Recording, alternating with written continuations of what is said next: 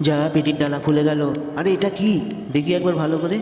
Fine gold, net wait 1000 গ্রাম। আরে এ তো সোনা মনে হচ্ছে, সোনা। জলদি জলদি পেটিগুলো লোড করো। হ্যাঁ ঠিক আছে মালিক। আচ্ছা মালিক, এর মধ্যে কি আছে? আপেলের নাম শুনেছো? আপেল, এর মধ্যে আপেল ভরে বাইরের দেশে এক্সপোর্ট হবে। ঠিক আছে মালিক। তারপর ছোট মালিককে বড় মালিককে বললো, দাদা এদের সন্দেহ হচ্ছে এর মধ্যে কি আছে। দাদা বলে, তুই ভালো করে খেয়াল রাখ। তারপর তারা আর একটা পেটি খুলে দেখে তার মধ্যে সোনার ইট ভর্তি। তারপর তারা দুজন মিলে সেগুলো চুরি করার চিন্তা ভাবনা করে। তারপর মালিকের ফোন আসে। ফোনের মধ্যে মালিককে বলে দেয়, ওদিকের রাস্তায় নাকা চেকিং হচ্ছে, ওই রাস্তা দিয়ে যাবে না, বড় রাস্তা দিয়ে চলে এসো। তারপর তারা সমস্ত পেটি সহ ছোট গাড়ি চুরি করে নিয়ে যেতে থাকে। তখন ছোট মালিক এসে দেখতে পেয়ে যায়। বড় মালিক বলে, ওদের পিছু ধাওয়া করে লাভ নেই, ওরা নাকা চেকিং এর রাস্তায় যাচ্ছে, ওদেরকে পুলিশ ধরবে, চলো আমরা কেটে পড়ি। তারপর পুলিশ তাদের পথ আটকায়।